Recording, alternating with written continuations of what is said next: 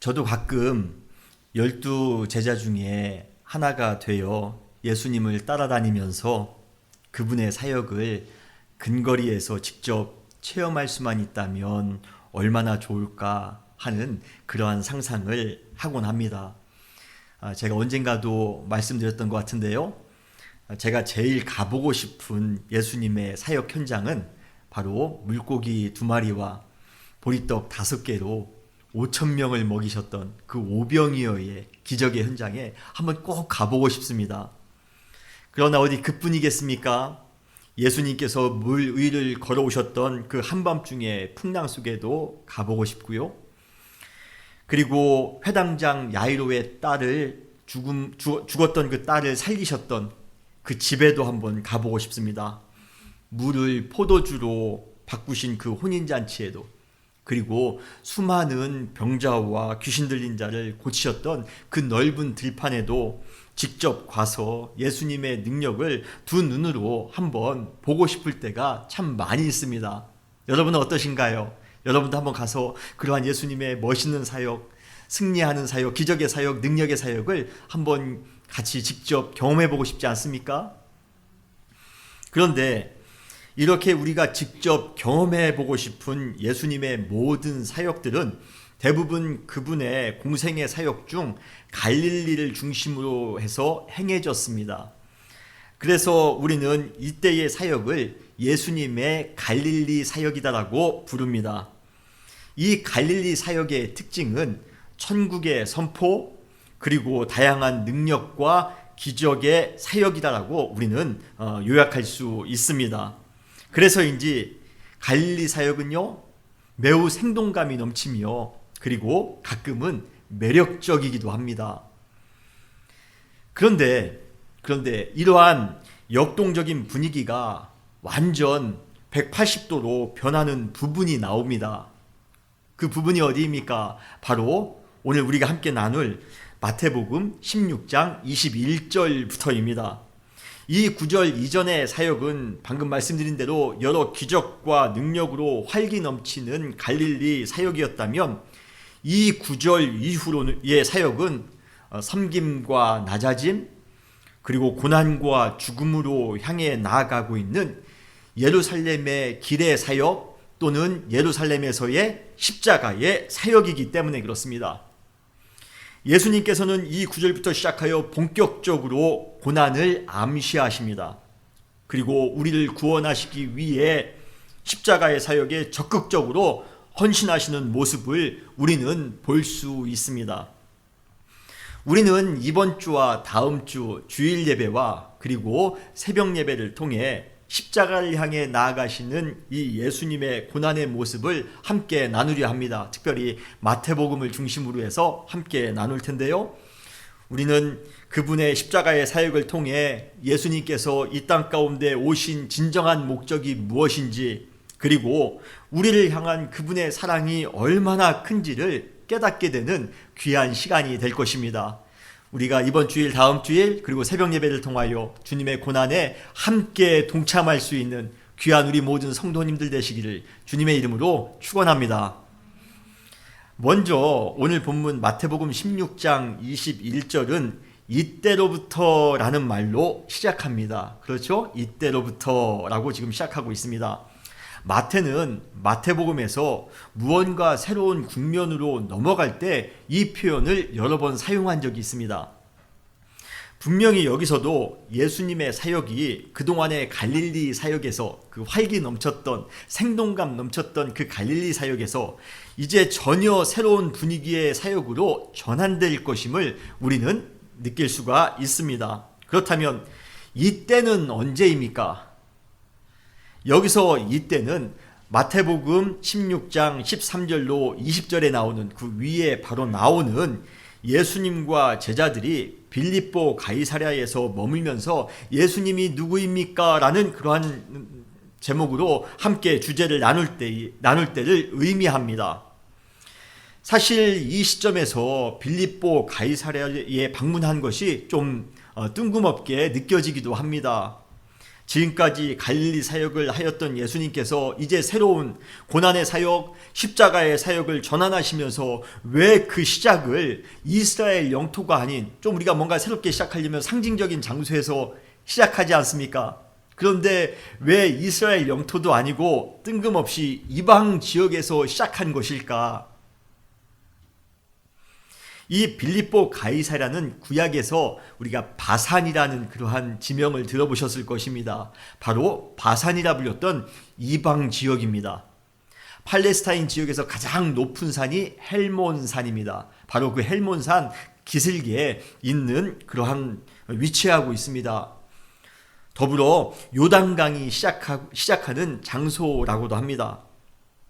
과거 그 지역에는 지옥으로 통하는 문이 있다는 전설이 있었습니다. 음부로 통하는 문, 하데스로 통하는 문이 있다라는 전설 때문에 여러 신들을 섬기는 신전과 그 제사가 많이 이루어졌던 것이 이 빌립보 가이사랴 지방이랍니다. 마태복음 16장 18절에 보면 예수님께서 베드로에게 뭐라고 말씀하십니까? 내가 이 반석 위에 내 교회를 세우리니 음부의 권세가 이기지 못하리라 라고 말씀하셨는데요. 이 음부의 권세라는 표현은 이 빌립보 가이사랴 도시의 배경을 염두하고 의도적으로 사용한 표현입니다. 결국 이러한 사실을 볼 때 예수님께서 빌립보 가이사랴를 고난과 십자가의 사역의 출발지로 삼으신 이유를 우리는 알 수 있습니다. 무엇입니까? 바로 지옥의 권세, 죽음의 권세를 깨트리고 영원한 생명과 구원을 위한 사역을 시작하였음을 은유적으로 보여주는 것이에요. 세상의 악한 권세들이 모든 인류를 지옥으로 끌고 가기 위해 그의 입구인 빌립보 가이사랴에서 진치고 있다 할지라도 예수님께서는 그 모든 지옥의 권세를 십자가의 사랑과 십자가의 능력으로 이기실 것입니다. 여러분 믿으십니까? 결국 빌립보 가이사랴의 이 사역은 그러한 승리를 선포하신 상징적인 그러한 사건인 것이에요. 우리가 우리를 위해 십자가를 지신 그 예수 그리스도의 반석 위에 믿음의 교회를 세운다면 우리의 믿음의 바탕이 바로 예수 그리스도 그 반석 위에 우리가 우리의 믿음의 바탕을 세우신다라면 어떠한 음부의 권세가 우리 가운데 있다 할지라도 우리는 넉넉히 이길 수 있음을 여러분 믿으시길 바랍니다. 우리의 시대가 빌립보 가이사랴 같을 때가 많이 있습니다. 음부의 권세일 때가 많이 있습니다. 문화를 보세요. 이 시대에 되어지는 일들을 보세요. 마치 지옥의 문 같은 그러한 시대를 우리는 살아가고 있습니다. 그럼에도 불구하고 우리 시대가 빌립보 가이사랴와 같다 할지라도 여러분 걱정하지 마시기 바랍니다. 왜입니까? 예수님께서는 그곳에서 선포하셨습니다. 십자가의 길을 선포하셨습니다. 우리가 주님만 의지하며 믿음으로 살아갈 때 또 한 번 우리의 시대를 이기며 살아갈 수 있음을 여러분 믿으시길 바랍니다. 그래서 예수님께서는 이 빌립보 가이사랴에서 십자가의 그 길의 출발을 시작하신 것입니다. 마태복음 16장 21절에 보면 이때로부터 예수님께서는 제자들에게 비로소 무언가를 나타내셨다라고 말씀하고 계십니다. 그렇다면 예수님께서 제자들에게 비로소 나타내신 것은 무엇입니까? 새로운 사역, 새로운 내용은 무엇입니까? 바로 마태복음 16장 21절에 세 가지를 소개하고 있습니다. 한번 우리 본문을 보시면요. 이때로부터 예수 그리스도께서 자기가 예루살렘에 올라가 장로들과 대제사장들과 서기관들에게 많은 고난을 받고 죽임을 당하고 제3일에 살아나야 할 것을 제자들에게 비로소 나타내시니 라고 말씀하고 계십니다. 첫 번째는 무엇입니까? 예수님께서 예루살렘으로 올라가신다는 것입니다. 사실 지금까지 예수님의 그 공생의 사역이 갈릴리를 중심으로 해서 행해진 것은 맞지만 그래도 큰 절기 때마다 예루살렘에 여러 번 방문하셨던 적이 있습니다. 그렇기 때문에 앞으로 이제 몇 주 후면 6월절입니다. 그래서 6월절을 지키기 위해 예수님께서 제자들과 예루살렘으로 올라가신다는 것은 별로 큰 새로울 것이 없습니다. 그럼에도 불구하고 이번 예수님의 예루살렘 방문이 특별한 이유는 무엇입니까? 바로 이번 여행은 죽음으로의 여행이기 때문에 그렇습니다. 이번 예루살렘의 여행은 십자가로의 여행이기 때문에 그렇습니다. 예수님께서 이 땅 가운데 오신 목적은 분명합니다. 바로 모든 사람들을 구원하기 위한 그 대속의 사명을 감당하기 위해 예수님께서는 이 땅 가운데 오셨습니다. 바로 지금이 그 목적을 이루실 때가 된 것입니다. 이제 본격적으로 십자가의 죽음을 향한 예루살렘의 길의 여정이 지금부터 시작된 것입니다. 예수님은 그것을 우리에게 말씀해 주고 계신 것이에요. 두 번째로 21절에서 예수님께서는 제자들을 향해 생생하게 보여주신 그 내용이, 그분은 장로들과 대제사장들과 서기관들에게 많은 고난을 받고 죽음을 당한다는 것을 보여주셨던 것입니다. 나타내 주셨던 것입니다. 마태복음에서 처음으로 예수님의 고난을 예고한 그러한 구절입니다. 예수님께서 지금까지 수많은 기적과 수많은 능력을 행하셨는데 고난에 대해서는 말씀하지 않으셨습니다. 그런데 오늘 본문에서 드디어 비로소 예수님께서 고난을 당하실 것이라 처음으로 예고하신 그 장면입니다. 그런데 예수님께서는 이러한 인류 구원의 사명을 감당하기 위하여 선한 목적을 가지고 십자가의 죽음을 향해 예루살렘으로 가고 계신데, 그 죽음의 일을 뒤에서 악의적으로 계획하는 사람들도 있다는 것입니다. 그러면서 예수님이 언급한, 예수님께서 그 정체를 밝히셨는데 그들이 지금 누구입니까? 바로 장로들과 대제사장들과 서기관들이랍니다. 예수님을 죽이기 위해 함정을 만드는 자가 흉악한 악당이라든지 세상제의에 물든 그러한 악질의 사람들이라든지 사탄의 조종을 받은 그 악한 권세라고 한다면 우리는 이해하기 쉬울 것 같습니다. 그들은 항상 그렇게 나쁜 일을 하니까 말입니다. 그런데 예수님을 죽이기 위해 혈안된 사람들이 그 당시 최고의 종교 지도자들입니다. 가장 하나님의 뜻대로 순종하며 살아가야 될 영적 엘리트 그룹들이었습니다. 그러한 사실이 너무나도 아이러니하기만 합니다. 이것은 여러분, 종교가 영적으로 깨어있지 못할 때 진리를 전혀 인식할 수 없다는 사실을 우리에게 단적으로 보여주는 것이에요. 지금도 교회의 가장 큰 문제를 가져다 줄 사람이 세속의 악한 사람 중에서 나오는 것이 아니라 교회 공동체 안에서 함께 신앙생활하는 성도 중에서 나올 수 있다는 사실에 우리는 항상 주의해야 합니다. 그것이 나일 수도 있다는 사실, 그것이 높은 리더십일 수도 있다는 사실, 목사일 수도 있다는 사실, 우리는 항상 주의해야 됩니다. 우리가 매 순간 영적으로 깨어있지 않는다라면, 그리고 우리의 신앙이 인간의 본능과 탐욕에 기초를 두고 있다면, 그리고 올바른 것을 분별할 수 있는 영적 지각이 우리 가운데 하나도 없다면, 우리도 예수님을 다시 한번 십자가에 못 박는 일에 앞장설 수 있습니다.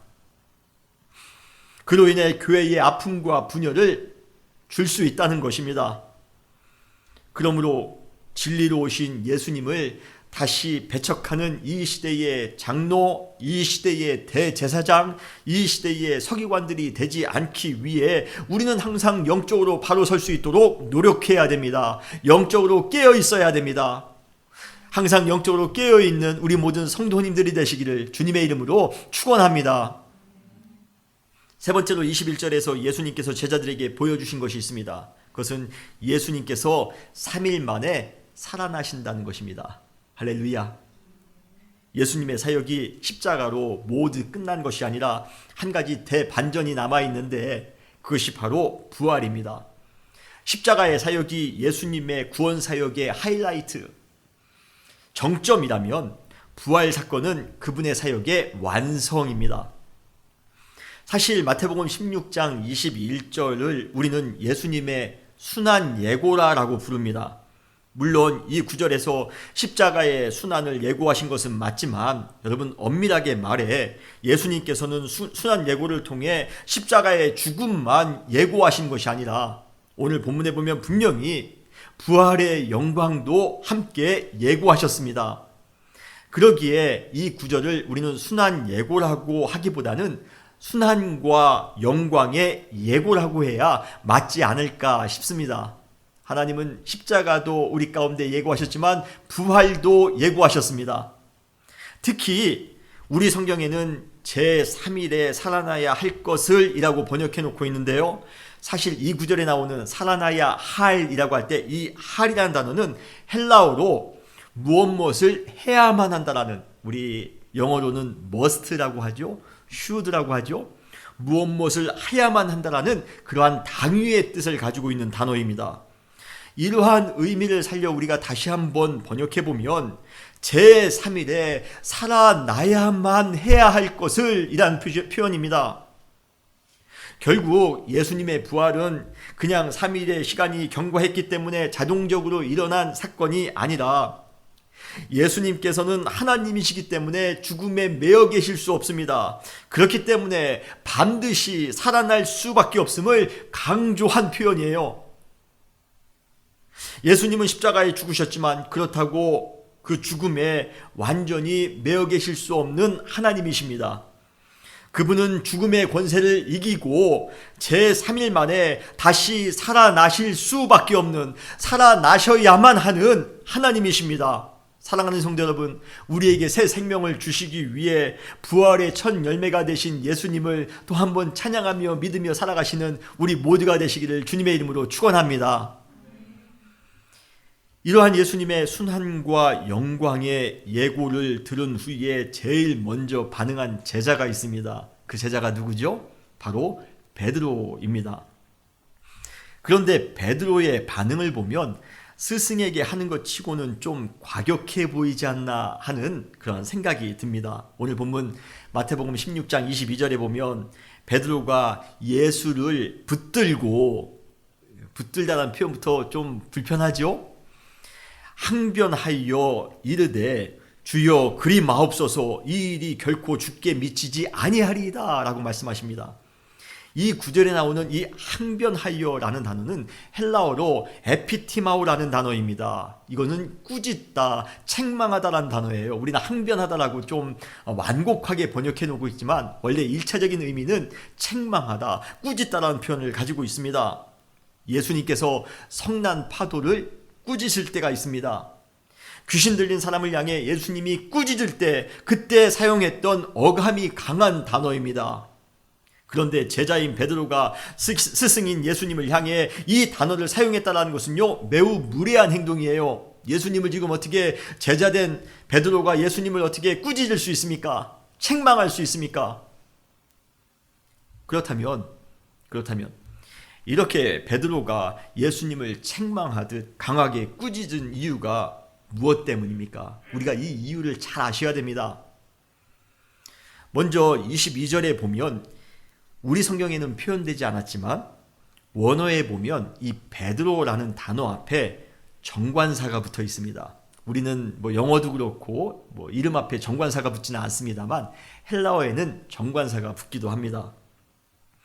이것은 마태복음 16장 22절에 나오는 베드로가 단순한 베드로가 아니라 특정한 그 베드로라는 것입니다. 그렇다면 마태는 왜 그 베드로라고 한 것일까요? 그냥 베드로라고 해도 될 텐데 왜 그 베드로라고 마태는 했던 것입니까? 이것은 그 베드로가 한 행동과 관련이 있습니다. 그 행동이 무엇입니까? 도대체 베드로는 무슨 행동을 했습니까? 바로 그 베드로는 예수님께서 바로 그 위에서 너희는 나를 누구라 하느냐라고 물으실 때 마태복음 16장 16절에 베드로가 뭐라고 말씀하십니까? 주는 그리스도시요 살아계신 하나님의 아들이십니다 라고 정답을 말했던 그 베드로를 의미합니다. 그리고 그가 정답을 말했기에 마태복음에 보면 예수님께서 베드로를 칭찬하는 그러한 내용도 이어서 나옵니다. 사실 여기까지는 아무런 문제가 없어 보입니다.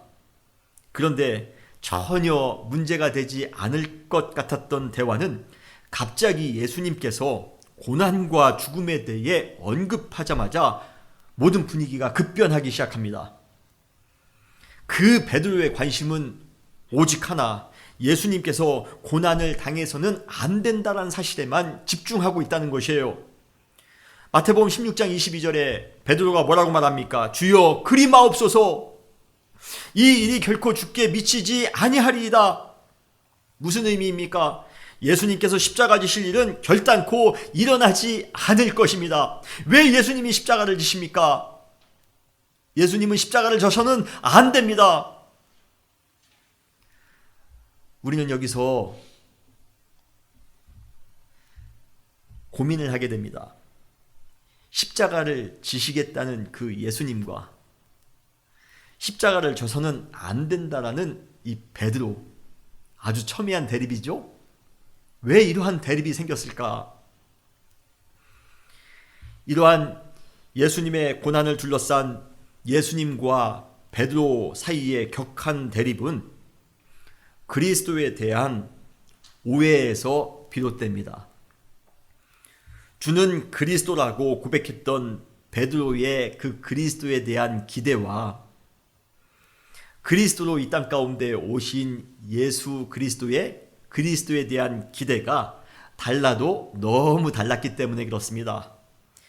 예수님은 인류의 모든 영혼을 구원하기 위해 고난받는 그리스도, 십자가에 죽기 위한 그리스도로 이 땅 가운데 오셨지만, 베드로는 자신의 민족만을 정치적으로 경제적으로 구원해 줄 영광의 메시아, 능력의 메시아로 그리스도를 기대했다는 것이에요. 예수님께서 그리스도라는 사실은 예수님에게도 있고, 예수님에게 있어서도, 그리고 베드로에게 있어서도 변할 수 없는 사실이었습니다. 그러나 예수님께서 생각하셨던 그리스도와 베드로가 생각하고 있었던 그리스도 사이에는 너무도 큰 간격이 있었다는 것입니다. 그러기에 이제 죽기 위해 예루살렘으로 가시겠다라는 예수님의 말씀에 대해 베드로는 그 사실을 받아들일 수 없었던 것입니다. 왜 예수님이 죽으시냐는 것입니다. 예수님이 우리를 구원해 주셔야죠. 우리를 경제적으로, 우리를 정치적으로 구원해 주셔야죠. 예수님은 영광의 주님으로 오셔야죠. 예수님은 우리에게 축복을 주셔야죠. 예수님이 왜 십자가를 지십니까? 그는 예수님을 붙들고 꾸짖어서라도 그러한 일이 일어나지 않도록 최선을 다해 방어하려 했던 것이에요. 사랑하는 성도 여러분, 가끔 우리가 기대하는 그리스도 예수는 무엇입니까? 우리는 어떠한 그리스도, 어떠한 메시아를 기대하며 신앙생활을 하십니까? 우리가 예수님은 그리스도이십니다 라고 고백할 때 형통과 축복을 한 보따리씩 가져다 주실 능력의 그리스도를 기대하고 계시지는 않습니까? 우리의 영혼을 구원해 주실 십자가 지신 그 그리스도보다는 우리의 현실적인 문제들, 우리의 사업의 문제, 자녀의 문제, 성공의 문제, 인기의 문제를 해결해 주실 그 슈퍼맨 같은 그리스도를 우리는 더 열광하고 있지는 않습니까? 그러기에 막상 우리 가운데 십자가를 지고 오신 예수 그리스도를 향해서는 그를 붙잡고 항변하면서 우리를 위해 십자가를 지지 마시고 우리를 위해 축복해 주세요. 혹시 그렇게 떼쓰고 계시진 않습니까? 우리 역시 그 베드로와 같이 예수님 앞에서 떼를 쓰고 계시지는 않느냐는 것입니다. 여러분, 그러나 절대로 그래서는 안 됩니다. 우리의 진정한 예수님은 우리를 구원하시기 위해 십자가를 지신 예수 그리스도이심을 여러분 믿으시길 바랍니다. 주님께서 이 땅 가운데 오신 목적은 십자가를 통하여 우리를 구원하시는 것입니다. 가장 큰 축복은 사업이 잘 되는 것, 우리의 자녀가 잘 되는 것, 우리가 인기 있어지는 것, 큰 집을 사는 것, 좋은 차를 사는 것, 이것이 아니라 우리에게 있어서 가장 큰 축복은 바로 예수 그리스도의 은혜로 말미암아, 십자가의 그 은혜로 말미암아 우리가 영적으로 구원받는 것임을 여러분 믿으시길 바랍니다. 예수님께서 이 땅 가운데 오신 이유가 바로 그것이에요. 예수님께서 메시아로 그리스도로 이 땅 가운데 오신 이유는 우리의 죽어가는 영혼을 살리기 위해서입니다. 여러분, 그 사실을 믿으시고 주님, 정말 주님은 우리를 위해서 십자가를 지신 예수님이십니다. 그리스도이십니다. 우리가 온전히 십자가를 지신 그 그리스도를 우리가 다시 한번 찬양하며 영광하며 살아갈 수 있는 우리 모든 성도님들이 되시기를 주님의 이름으로 축원합니다. 이러한 그 베드로의 항변에 대해 예수님께서는 세 가지로 반응하고 계십니다. 그 내용이 마태복음 16장 23절에 나옵니다. 예수께서 돌이키시며 베드로에게 이르시되 사탄아 내 뒤로 물러가라. 너는 나를 넘어지게 하는 자로다. 내가 하나님의 일을 생각하지 아니하고 도리어 사람의 일을 생각하는도다. 첫 번째 뭐라고 말씀하십니까? 베드로를 향해 사탄아 내 뒤로 물러가라 라고 말씀하십니다. 아무리 제자라고 하지만 수제자 그 베드로를 향해 사탄이라는 그러한 단어를 사용하시면서 직격탄을 날리시는 예수님의 대응도 만만치 않습니다. 그러면서 예수님이 뭐라고 말씀하십니까? 내 뒤로 물러가라라고 말씀하십니다. 우리 인간은요, 조금이라도 교만해지는 순간 하나님보다 앞서고자 하는 마음을, 그러한 유혹을 갖습니다. 그리고 베드로처럼 진리를 올바로 깨닫지 못할 때에도 자기도 모르는 사이에 하나님보다 앞서는 생각을 할 때가 많이 있습니다. 그러나 하나님보다 앞서는 것은요, 모두 다 죄입니다. 그 모든 것을 주는 그 사람은 누구입니까? 바로 사탄입니다. 그러기에 우리는 항상 주님보다, 주님의 생각보다 앞서지 않도록, 주님의 마음보다, 주님의 계획보다 앞서지 않기 위하여 항상 주의해야 됩니다. 그리고 주님의 뒤로 조용히 물러가 겸손히 그분을 따르기 위해 우리가 앞장서 주님을 인도하는 것이 아니라 우리는 항상 주님의 뒤에 머물러 주님의 뒤를 따라가는 존재가 되어야 됩니다. 그러한 주님의 뒤를 따라가시는 우리 모두가 되시기를 주님의 이름으로 축원합니다. 그리고 두 번째로 베드로의 항변에 대해 예수님께서는 너는 나를 넘어지게 하는 자로다 라고 말씀하고 있습니다. 예수님께서 십자가를 지지 못하도록 하는 베드로의 행동은 바로 예수님을 넘어뜨리는 행동이라고 하는 것입니다. 이 구절에 나오는 넘어지게 하다라는 단어는 올무나 아니면 걸림돌에 걸려 넘어진다라는 의미를 가지고 있습니다. 누가복음 17장 1절로 2절에 보면 그곳에 실족하다라는 단어가 여러 번 등장합니다. 예수께서 제자들에게 이르시되 실족하게 하는 것이 없을 수는 없으나 그렇게 하게 하는 자에게는 화로다. 이 작은 자 중에 하나를 실족하게 할진대 차라리 연자맷돌이 그 목에 매여 바다에 던져지는 것이 나으니라 라고 말씀하십니다. 이때 이 실족하다라는 단어는 오늘 마태복음 16장 23절에 나오는 넘어지게 하다라는 단어와 원어로 볼 때 똑같은 단어입니다. 여러분, 이렇게 작은 자 중 하나도 넘어지게 한다면, 실족하게 한다면 차라리 연자맷돌이 그 목에 매여 바다에 던져지는 것이 낫다고 할 때 예수님을, 소자보다도 훨씬 더 크신 예수님 아닙니까? 이 예수님을 넘어지게 하는 자에게는 과연 어떠한 화가 미치겠습니까? 지금 베드로를 향하여 예수님께서는 지금 너가 나를 넘어지게 한다라고 말씀하고 있습니다. 십자가 지는 것을 방해하는 것은 예수님을 넘어지게 하는 것입니다. 가장 큰 화가 임할 수 있다는 것이에요. 세 번째로 예수님께서는 베드로를 향해 내가 하나님의 일을 생각하지 아니하고 도리어 사람의 일을 생각하는도다 라고 말씀하고 있습니다. 십자가 지는 것을 방해하는 베드로의 행동은 하나님의 일을 생각하는 것이 아니라 사람의 일을 생각하는 거랍니다.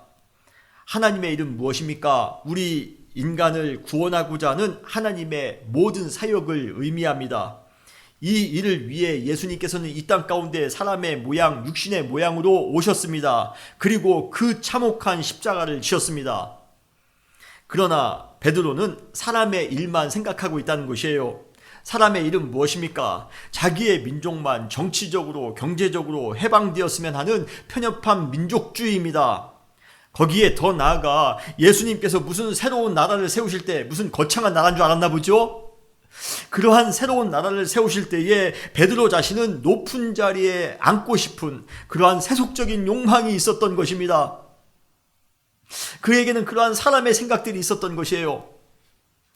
이렇게 예수님께서는 베드로의 이면에 도사리고 있는 지극히 인간적이며 세속적인 생각을 꿰뚫어 보셨던 것입니다. 그러나 그것은 사탄의 생각입니다. 그것은 예수님을 올무에 넘어뜨리는 것입니다. 결국 그것은 하나님의 일이 아니라 오직 사람의 일이었던 것입니다. 그러기에 예수님께서는 단호하게 베드로를 향하여 말씀하신 것입니다. 사탄아, 내 뒤로 물러가라. 너가 나를 넘어지게 하는 자로다. 내가 하나님의 일을 생각하지 아니하고 도리어 사람의 일을 생각하는도다. 그래서는 안 된다는 것입니다. 우리 성도가 가장 조심해야 될 것이 있습니다. 그것은 바로 하나님의 일을 가장한 사람의 일입니다. 언뜻 보기에는 하나님의 일 같습니다. 그런데 자세히 그 본질을 뚫고 보니 그것은 사람의 일이었다는 것입니다. 예수님을 위하는 것 같지만 오히려 그것이 예수님을 넘어뜨릴 수 있다는 것이에요. 교회의 성장을 위해서 하는 일이라고 하지만 그것이 반대로 교회를 완전히 무너뜨릴 수 있는, 분열케 할 수 있는 일이 될 수도 있다는 것입니다. 왜 이러한 일이 생길까요? 그 근원을 우리가 파고 들어가 보면 한 가지 원인을 우리는 발견하게 됩니다. 왜 우리는 하나님의 일을 가장한 사람의 일을 하는 것일까? 왜 교회에서도 교회를 성장하게 한다고 하면서 왜 교회에 어려움을 주는 것일까? 그 근원을 파고 들어가면 그 원인이 나옵니다. 그 원인이 무엇입니까? 바로 예수 그리스도의 십자가가 없기 때문에 그렇습니다. 예수 그리스도의 십자가가 없어요. 거창한 비전은 있습니다. 사명 선언은 있습니다. 부흥을 가능하게 만드는 전략도 있고 방법도 많이 가지고 있습니다. 사역도 넘칩니다. 프로그램도 많이 있습니다. 교회에 수많은 성도도 있고 재정적으로도 넘칩니다. 좋은 건물도 있고 좋은 시스템도 있습니다. 그런데 그 모든 것이 있어도 그 중심에 예수 그리스도의 십자가가 없다면 모든 것을 다 우리는 실패할 수 있습니다. 모든 것을 다 폭망할 수 있습니다. 성도의 가장 큰 착각이 있습니다. 십자가 없이도 신앙생활 하는데 큰 문제가 없을 것이다 라고 생각하는 것입니다. 그러나 절대로 그렇지 않습니다. 성경을 읽는 것도, 기도를 하는 것도, 예배를 드리며 제자훈련을 참여하는 것도 예수 그리스도의 십자가가 중심에 없다라면 그 모든 것은 자기만을 위한 종교적 유의, 자기 만족을 위한 종교적인 행위로 끝나기 쉽다는 것이에요. 그러기에 우리는 사도 바울이 했던 이 고백을 똑같이 해야 됩니다. 고린도전서 2장 2절에 사도 바울이 이렇게 고백합니다. 내가 너희 중에서 예수 그리스도와 그가 십자가에 못 박히신 것 외에는 아무것도 알지 아니하기로 작정하였다. 사랑하는 성도 여러분, 이러한 작정이, 이러한 다짐이 여러분들에게도 있으시기를 주님의 이름으로 축원합니다. 오직 예수 그리스도와 그분의 십자가만 알기로 작정하였습니다. 우리는 십자가 중심의 신앙생활을 하기로 우리의 마음에 다짐했습니다. 여러분, 다른 거 다 없어도 좋습니다. 돈이 없어도 좋아요. 건강이 없어도 좋습니다. 큰 인기가 없어도 좋습니다. 평범하게 살아도 좋습니다. 그럼에도 불구하고 우리는 꼭 한 가지는 있기 원합니다. 바로 예수 그리스도, 그 십자가가 우리 가운데 꼭 있어야 됩니다. 그때 우리의 신앙은 더욱더 견고해질 수 있고 우리는 항상 승리하며 살아갈 수가 있는 것입니다.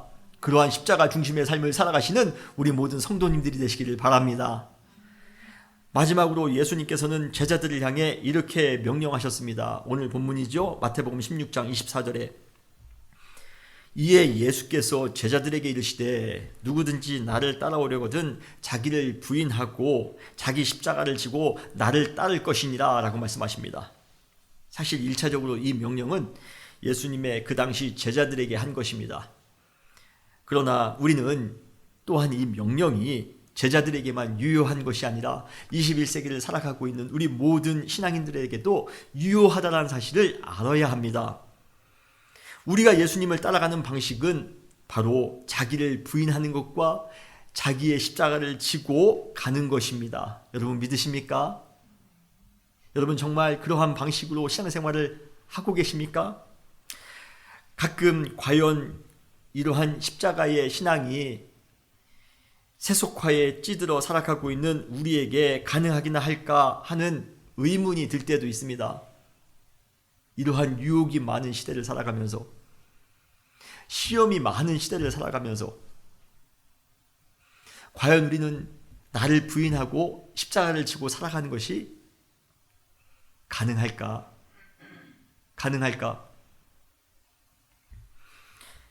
그러나 이 엄청난 명령이 우리에게도 가능할 수 있는 이유가 있습니다. 그것이 어떻게 가능합니까? 바로 예수님께서도 이미 자기를 부인하고 자기의 십자가를 지셨기 때문에 그렇습니다. 결국 예수님의 이 명령은 전혀 불가능한 것을 그냥 알아서 한번 해보라는 식으로 우리에게 말씀하신 것이 아니라 예수님께서 이미 그 일을 행하셨기 때문에 그분이 하신 대로 그대로 따라하라는 것입니다. 예수님께서 이미 하셨기 때문에 그분이 하신 대로 우리는 따라해야 됩니다. 물론 자기를 부인하고 자기의 십자가를 지며 살아가는 것은요, 어려운 숙제임에 당연합니다. 맞습니다. 참 어렵습니다. 아마 나의 힘으로만 가지고 그 일을 한다면 우리는 절대로 할 수 없는 숙제일 것입니다. 그러나 우리를 위해 먼저 자신을 부인하시고 자신의 십자가를 지었던 예수님께서 우리와 함께 하신다면 아무리 연약한 우리라 할지라도 우리는 충분히 그 숙제를 감당할 수 있음을 믿습니다. 주님께서 오늘도 우리에게 말씀하십니다. 자기를 부인하고 자기의 십자가를 지고 나를 따르라. 여러분, 그러기 위해 주님의 십자가를 바라보시기를 바랍니다. 주님의 십자가는 우리에게 그러한 길을 걸어갈 수 있는, 우리의 십자가를 지고 걸어갈 수 있는 능력과 은혜를 제공해 주실 것입니다. 우리가 그 십자가를 바라보며 믿음으로 살아갈 때 우리는 또 한 번 승리하는 십자가의 승리가 우리 가운데 임하게 될 것이라 믿습니다. 사랑하는 성도 여러분, 이 시대를 이기는 그러한 방법은 오직 예수 그리스도의 십자가뿐입니다. 예수 그리스도의 십자가 그 자체만으로도 이 세상의 모든 것을 이길 수 있는 능력이며 은혜임을 여러분 믿으시길 바랍니다. 예수 그리스도의 십자가를 알고 그 안에서 주어지는 영적 능력으로 말미암아 우리 역시도 우리를 부인하며 우리의 십자가를 지고 살아가는 우리 모든 성도님들이 되시기를 주님의 이름으로 축원합니다. 다시 기도하시겠습니다.